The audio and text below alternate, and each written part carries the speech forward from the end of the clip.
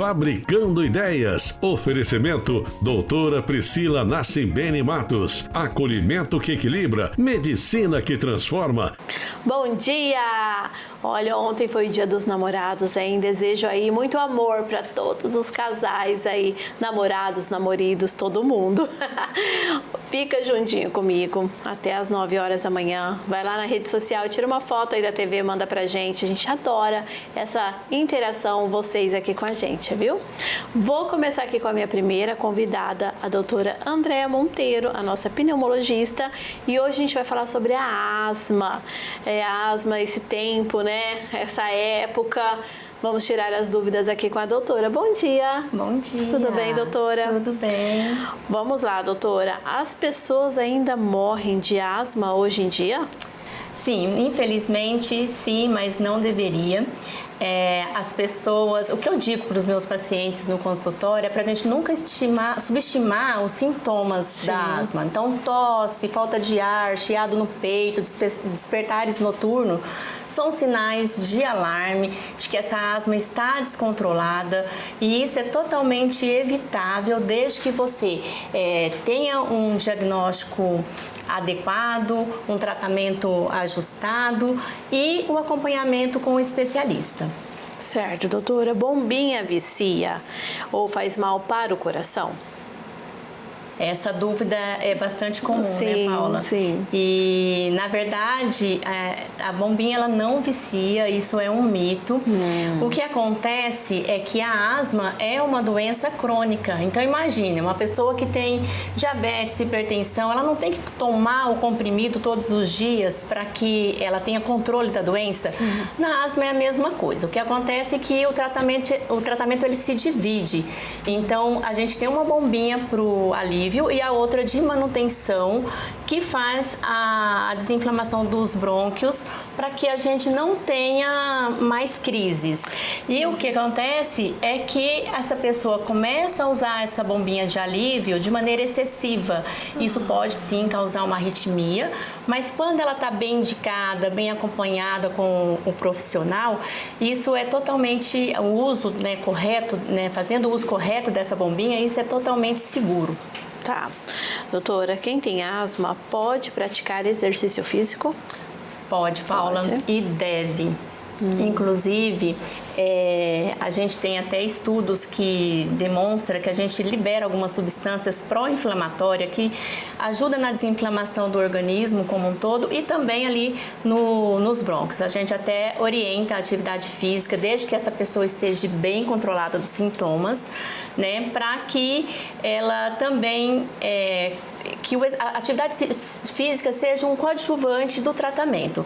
Então, ela vai ficar mais tempo controlada desde que ela usa aí do exercício físico. E quando ela faz exercício físico, se der a crise, aí é o momento pode usar junto ali a bombinha. Sim, essas pessoas mais graves, sob orientação médica, isso. Né? Sim, a gente até nessas condições orienta a fazer o uso da bombinha antes da atividade física, para ela ter um controle dos sintomas, né? Não ficar desencadeando as crises aí no meio da atividade física. E tem assim, que fazer mesmo o acompanhamento, procurar o pneumologista, porque nessa época aí, né, nós estamos em junho, então tem muito problema respiratório e não pode, fulano tosse muito e usar também. Não, isso aí pode dar um problema grave. Exatamente. Né? Procurar o médico. Sempre diante dos sintomas, tá procurando aí o especialista na área para estar fazendo os ajustes das medicações, ver o que é melhor, né, para poder obter o controle e passar essa fase aí do inverno mais tranquilo. Tá bom, muito obrigada, doutora. Eu que agradeço. Obrigada. E agora eu vou tomar um café aqui com a doutora, vou para um comercial e já eu volto.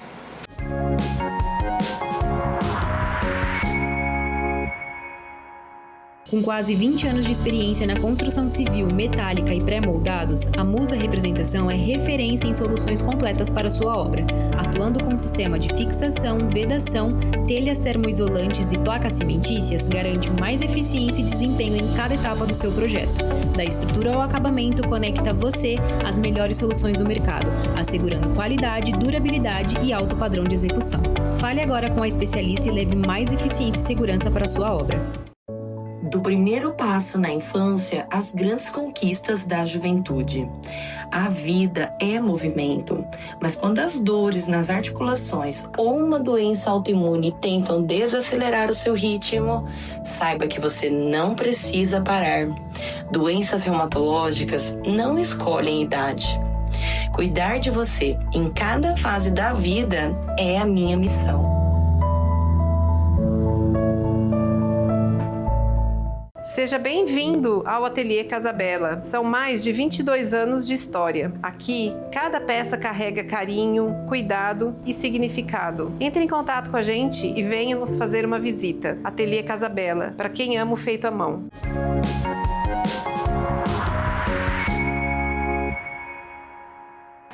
Voltamos para o nosso segundo bloco. Eu estou aqui com a doutora Nayara Passi, que vai falar um pouquinho para a gente, né, dessa profissão tão linda que é cuidados paliativos, médica do idoso. Bom dia, doutora. Bom dia, Paula. Eu achei o tema aqui escolhido hoje muito legal, porque é medicina e o cuidado, que vai além do paciente. Quem cuida de quem cuida? E aí, quem cuida de quem cuida? Muito legal. Porque é tão importante, doutora, cuidar também dos familiares e os cuidadores do paciente.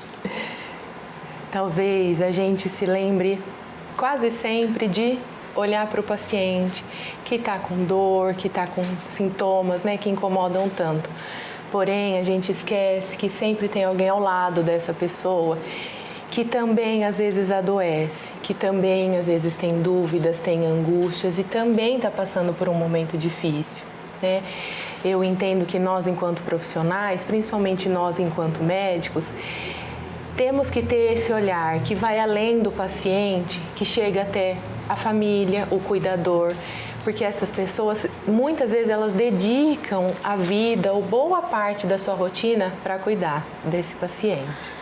E como uma boa comunicação médica pode ajudar a família a lidar melhor com a doença, doutora? Eu falo, Paula, que a gente precisa permitir que a família, né, que o cuidador saiba o que está acontecendo. Nós, profissionais, vemos a parte técnica, entendemos o que está acontecendo com o paciente, mas é um direito, claro, né, do paciente, mas também da família, saber, ter uma noção melhor e dessa forma conseguir cuidar melhor e também poder se preparar, saber lidar melhor com as suas emoções, porque quem está perto também sente. Sente, né? Sim. Doutora, quais as orientações são essenciais para quem cuida de um idoso ou de um paciente nos cuidados paliativos? Essa questão é tão importante, né? Porque é importante o olhar para o paciente, então é uma pessoa que está passando talvez pelo momento mais difícil da vida dela. Talvez é um momento que aquela pessoa nunca passou, então ela não sabe lidar com dor, com às vezes ânsia, com, né, tantos sintomas físicos e também psicológicos, medo, angústia, sim, insegurança.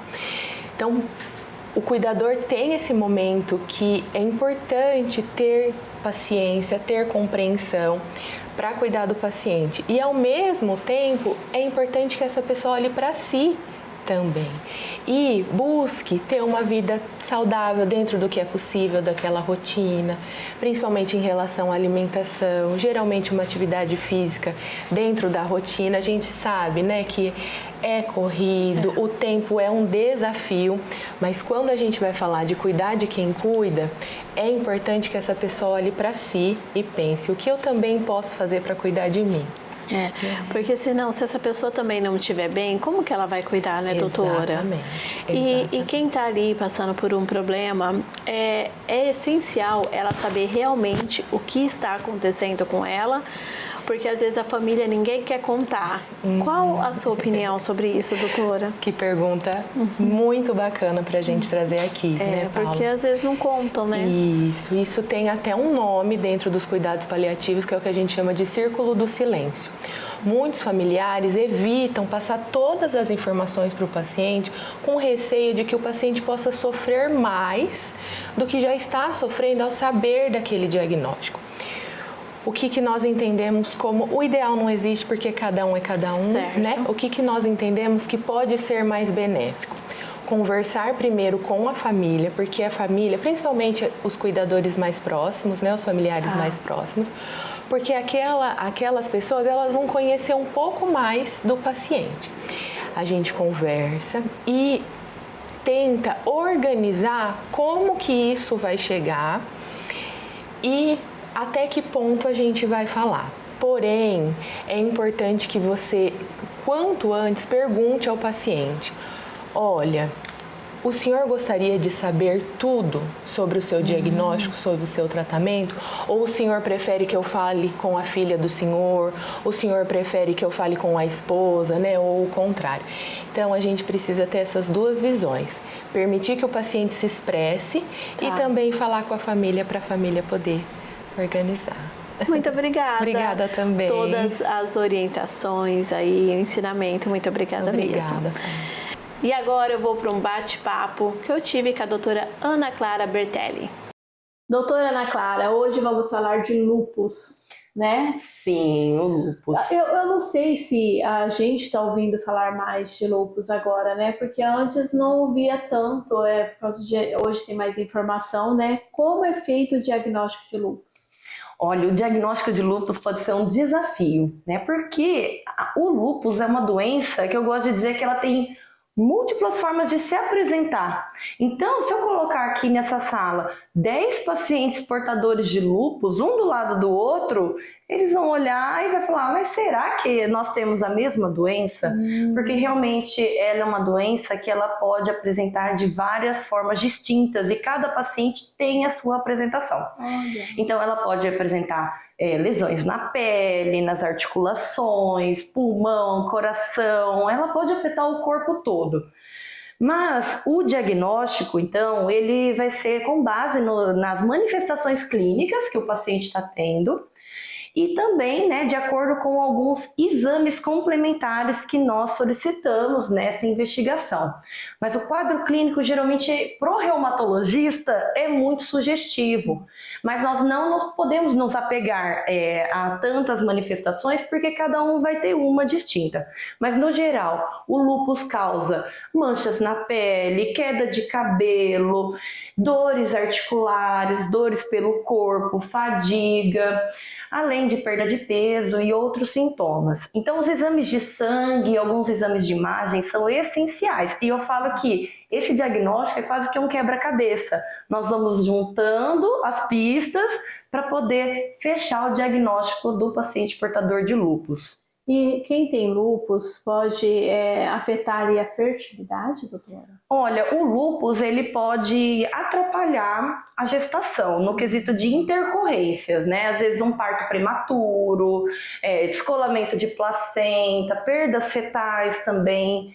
Em relação à fertilidade, muitas vezes pode ter relação com as medicações que nós utilizamos para controlar o lúpus, que também podem afetar a fertilidade da mulher e do homem.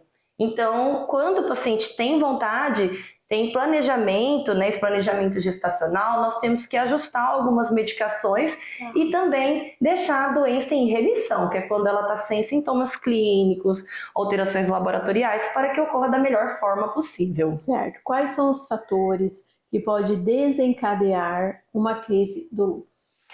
Olha, o paciente que tem lúpus tem que ter uma vida bem planejada, tá? Então tem que ter rotina, tá? Tem que dormir bem, pelo menos ali 6 a 8 horas, ideal 8 horas por noite, tá? Além do mais, uma alimentação balanceada, rica em nutrientes, evitar açúcar, farinha refinada de trigo, né? A farinha branca, fritura, embutidos, tomar muito cuidado com infecções, porque quando nós estamos com alguma infecção, precisa da nossa defesa para nos defender. Só que a gente tem que lembrar que o lúpus é uma doença que começa na nossa imunidade. Então, se a imunidade está te protegendo de uma infecção, ela pode também machucar ainda mais ali, piorar a manifestação do lúpus. Então, infecção nós temos que ter muito cuidado também. Além da medicação, que não pode interromper o tratamento sem conversar com o seu médico, porque senão pode ter muito risco para a saúde desse paciente. E tratando, doutora, pode ter uma vida normal, né? Sim, então quando nós tratamos, nós sempre vamos tentar chegar na remissão da doença, né? É o nosso objetivo, que é quando a doença está quietinha no corpo do paciente, sem causar sintomas, sem alterar os exames, né? Então isso, nesse momento, nós podemos dizer que o paciente tem sim uma vida normal. Claro que vai manter os cuidados, mas isso não vai atrapalhar o dia a dia dele. Agora, sem o tratamento, isso pode afetar desde as atividades mais básicas do dia a dia. Então, é muito importante mesmo todo esse cuidado com esse paciente. Fazer o tratamento certinho. Com a doutora Ana Clara, melhor ainda. Doutora, muito obrigada. Eu que agradeço, Paula, mais uma vez.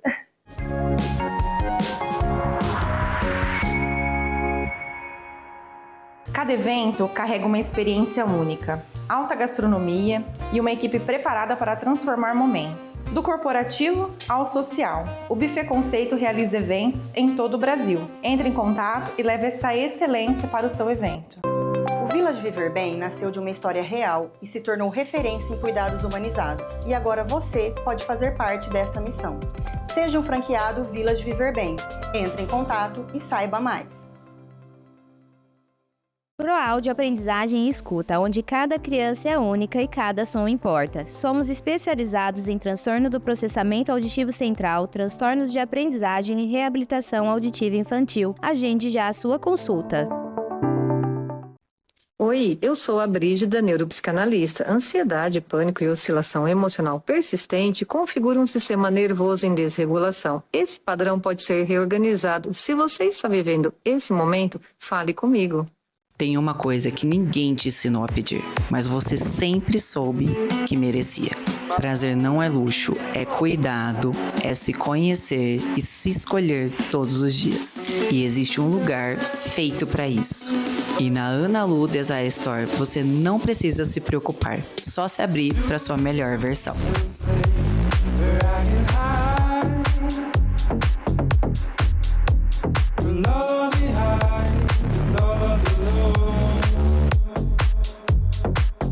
A missão do GIS é essa: criar um espaço alegre, divertido, prazeroso, onde a criança poderá crescer e se desenvolver com autonomia e independência, com a maior e a bem mais equipada sala de integração sensorial de São José do Rio Preto.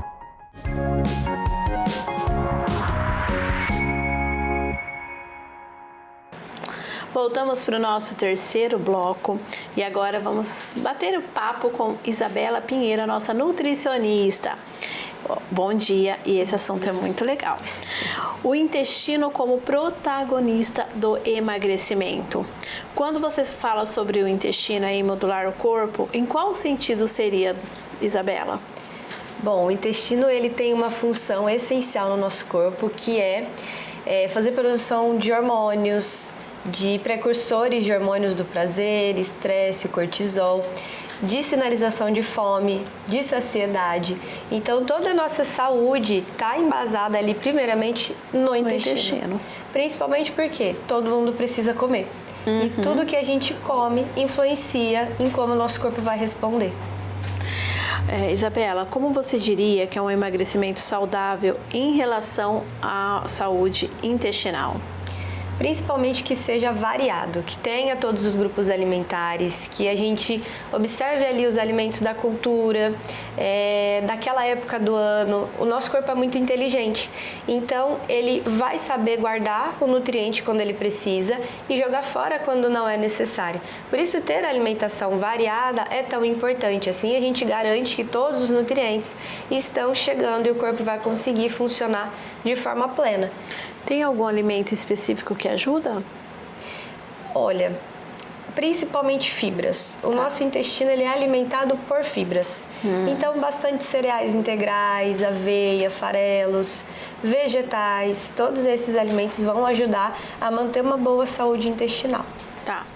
Como encontrar informação segura sobre emagrecimento e saúde. Principalmente fugindo de profissional que demoniza uma única coisa. É o que a gente mais vê hoje, né? 30 quilos em uma semana, né? Exato. Ter um profissional de confiança, uma pessoa em quem você se sente seguro, tirar suas dúvidas sempre com a mesma pessoa, porque hoje nós temos linhas diferentes, né? Dentro da própria nutrição. Tem a convencional, tem a funcional, tem a comportamental. É claro que deveria ter um consenso, né? A gente tem o consenso para isso. Mas cada profissional dá a sua opinião. E enquanto profissionais da saúde, a gente não pode dar a nossa opinião. A gente tem que estar pautado em ciência. Então, sempre buscar um profissional que tenha essa consciência, que tenha essa visão, né? Essa visão. Isabela, e esses milagres aí de internet, né? Tem que tomar muito cuidado, principalmente em medicamento que as pessoas compram pela internet, né? Sim. Na sua opinião, queria que você falasse um pouco pro público que vai lá no Google como emagrecer 30 quilos essa semana e compra tudo aquelas coisas lá. Então, o cuidado que isso pode ocasionar um problema de saúde, né? Sim, sim. A nossa alimentação, ela não é apenas emagrecer ou engordar. O intestino por si só, ele vai, como eu falei no início, produzir hormônios, ele tem a função de afetar a nossa tireoide, afetar o nosso funcionamento cerebral, o nosso sistema motor, então todos os movimentos que a gente faz, a clareza mental. E quando a gente entra em dietas restritivas ou usa medicação sem o auxílio médico, sem a indicação correta, a gente está colocando tudo isso em risco, porque é algo externo. E tudo aquilo que é externo, o nosso organismo não vai metabolizar bem, não vai assimilar.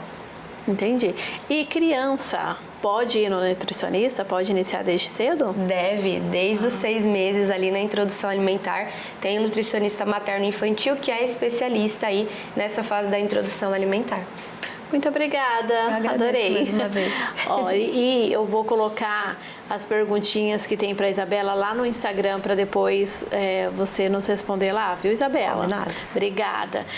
Quero apresentar para vocês agora um projeto muito legal nessa manhã, o Conecta Mães. Olha, se você tá aí com alguma criança atípica aí na sua casa, então pega a sua xícara de café, senta aí que a gente vai conversar agora e vai ser muito legal. Sejam bem-vindas, meninas. Eu tô aqui com a Joyce. A Joyce, ela é fundadora aí do Conecta Mães. Ela também é perita judicial, tem um monte de funções aí, mas ela vai explicar certinho pra gente. E tô também com a Natália Dias, arquiteta especialista em acessibilidade. O que é o Conecta Mães, Joyce? Bem, o Conecta Mães, ele é um projeto para acolher mães atípicas.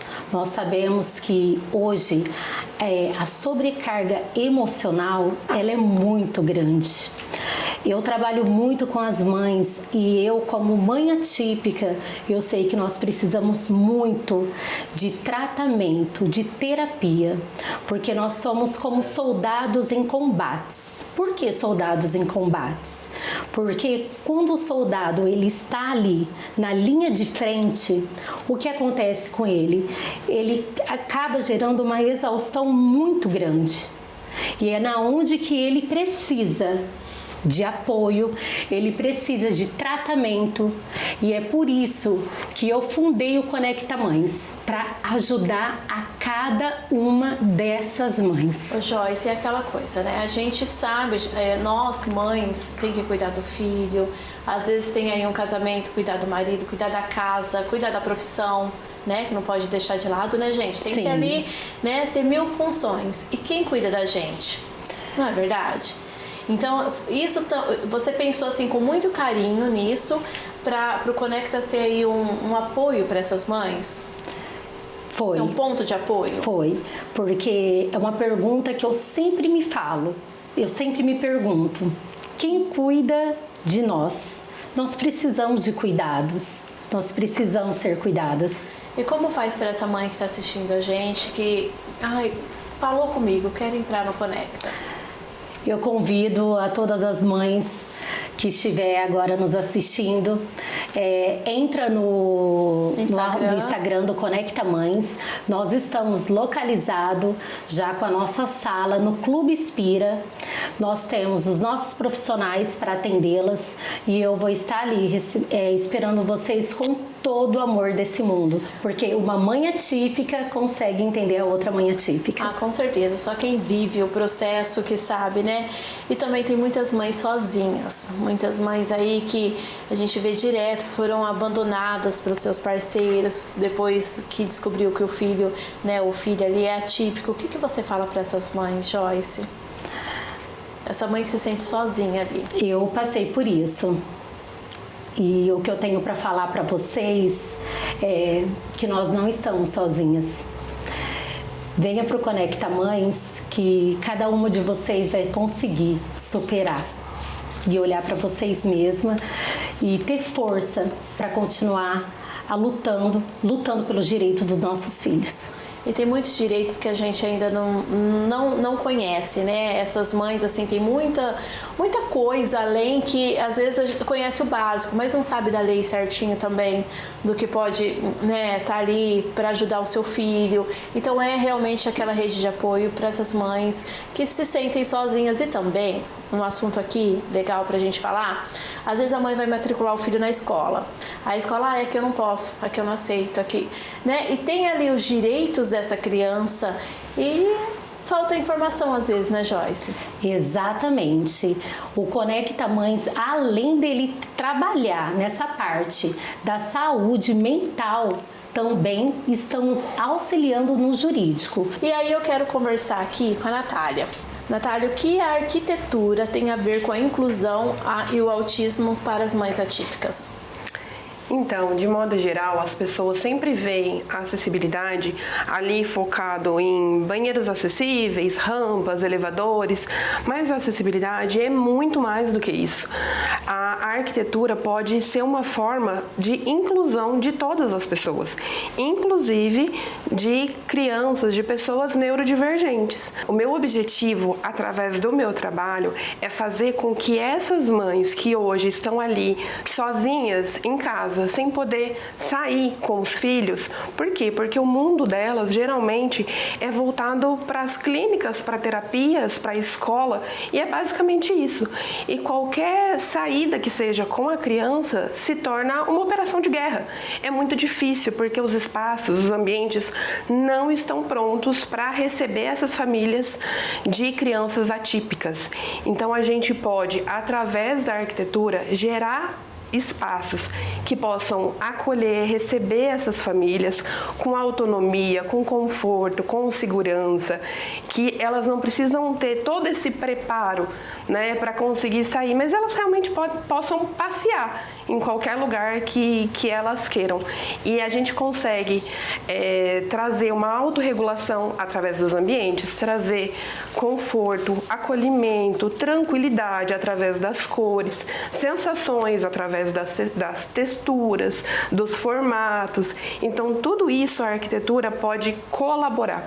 Quando uma criança autista está ali no ambiente, se ela não tiver uma previsibilidade, se ela não souber para onde que ela vai, por onde que ela vai passar, tudo isso se torna muito mais confuso na cabecinha ali deles. E o objetivo da arquitetura é isso, fazer com que a criança se sinta segura nos espaços. E as pessoas, as empresas estão prontas para ter essa conversa, estão melhorando bastante, né, para preparar ambientes ali, ambientalização para receber as crianças atípicas.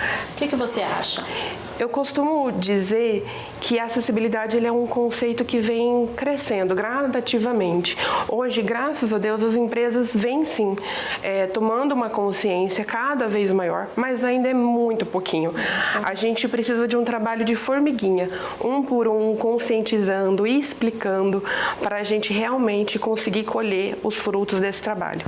Olha aí, gente, uma oportunidade, você que tem uma empresa, que tem um espaço kids, um espaço aí que recebe mães, esmalterias, enfim, lugares aí, né, que recebe o público, às vezes a mãe não vai porque não está preparado aí para ter um cantinho ali para deixar essas crianças para ela poder fazer uma unha, por exemplo. Então, é de se pensar, né, a empresa fazendo aí o diferencial que vai agradar muito aí a sociedade e essas mães também. Muito obrigada, meninas. Obrigada. E olha, o programa tá acabando. Nossa, é tão rápido, né? Foi tão rápido hoje. Quero que você fique comigo aí durante a semana, a gente ficar juntinhos e manda suas perguntas, manda aí sugestões também para o nosso programa, aquele profissional que você sabe que tem potencial para estar aqui com a gente também, envia pra gente aí, pra gente convidá-lo para estar aqui conosco também, viu? Um grande beijo e até sábado que vem. Tchau, tchau.